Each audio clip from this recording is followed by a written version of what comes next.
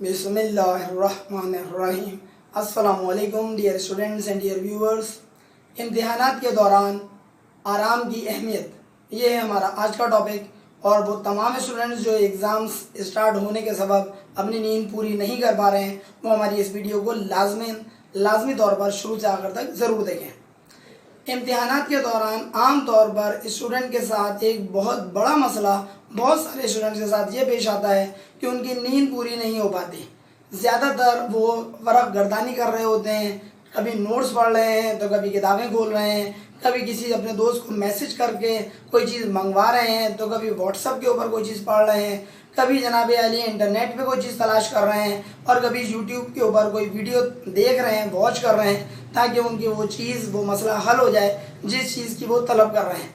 इस सारे चक्कर के अंदर उनकी नींद का बहुत बड़ा मसला उनके साथ पेश आता है, ख़ास तौर पर उन स्टूडेंट्स के साथ जो अपनी नींद की परवाह नहीं करते।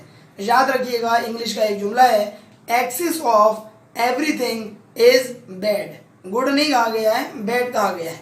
एक्सेस ऑफ एवरीथिंग का क्या मतलब है? हर चीज़ की ज़्यादती क्या होती है? बुरी होती है। इम्तिहानात ठीक हैं, आपको देने हैं, ठीक है कि आपको तैयारी भी करनी है, ठीक है आपको अच्छे नंबर भी हासिल करने हैं, लेकिन क्या अच्छी नींद की अहमियत और ज़रूरत ख़त्म हो जाती है पेपर्स के दौरान? जवाब है बिल्कुल भी नहीं, बल्कि पेपर्स के दौरान अच्छी नींद की अहमियत तो और बढ़ जाती है। क्योंकि जब आप नींद अच्छी लेते हैं, अच्छी नींद का क्या मतलब है? पुरसुकून नींद हो और वो खामोशी के साथ रात की तारीकी के अंदर ली जाए। बहुत सारे लोग रातों में जाग रहे होते हैं और दिन में अपनी नींद पूरी करने की कोशिश करते हैं। याद रखिएगा, दिन की नींद कितनी आपकी अच्छी क्यों ना हो, कभी भी वो पावरफुल नहीं हो सकती, कभी वो पुरसुकून नहीं हो सकती। क्यों? क्योंकि दिन बहरहाल परवरदिगार ने बनाया है काम करने के लिए, रात बनाई है आराम करने के लिए। अगर हम इसका रिवर्स काम करते हैं, रात को जागें और दिन को सोएं, तो हमारी सेहत के ऊपर इंतहाई बुरा और मनफी असर पड़ता है। हमारी सेहत अच्छी नहीं रहती, हम अंदरूनी तौर पर थके थके से रहते हैं, हमारा काम करने का दिल भी नहीं चाहता। अब अगर आपने रूटीन ऐसी बनाई हुई है कि पेपर्स हो रहे हैं, आप रातों को जाग रहे हैं, कंबाइंड स्टडी कर रहे हैं, पेपर्स की तैयारी कर रहे हैं, सारे काम अपनी जगह, लेकिन ये बात याद रखिएगा, अच्छी और भरपूर नींद सिर्फ और सिर्फ रात में ही ली जा सकती है। वो तमाम स्टूडेंट जो रात की नींद लेने के पोजीशन में नहीं है, उनको भी हम यहाँ पे मशवरा देंगे। और वो मशवरा ये देंगे कि अगर आप रात में जाग भी रहे हैं पढ़ाई की वजह से, तो कम से कम 2 घंटे, 3 घंटे, 2.5 घंटे, 1.5 घंटा, जितना आपसे मुमकिन हो सके रात में ज़रूर आप सो जाएं। आप यकीन करें, अगर आप मेरी इस बात पर अमल करेंगे तो आप खुद फील करेंगे कि सर ने बहुत अच्छा मशवरा आपको दिया है।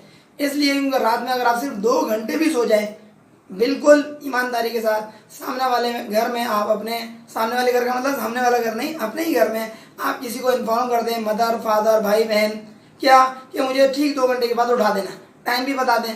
और 2 घंटे के बाद आप जब सोकर उठेंगे, लेकिन रात की आपने नींद ली है, तो आपको खुद फील होगा कि आप बहुत ज़बरदस्त तौर पर अपने आप को आपने एनर्जी गेन कर ली है। क्योंकि रात की नींद बहरहाल रात की नींद होती है।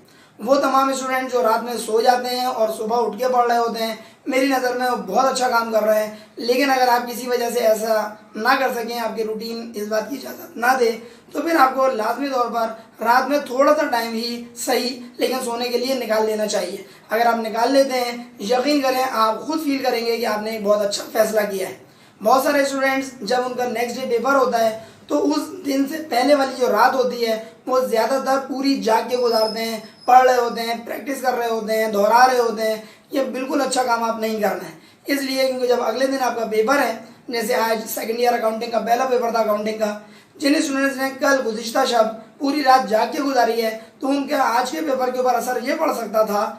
पढ़ा या नहीं पढ़ा वो तो फैसला वो खुद ही करेंगे, क्या कि वो उनका पेपर के दौरान उनकी तवज्जो जो है वो इतनी मबजूल वो नहीं कर सकते पेपर की तरफ, जितनी वो रात में सोकर उन्होंने अगर कुछ टाइम गुजारा हो, तब पेपर को बेहतर तौर पर वो अटेम्प्ट कर सकते हैं।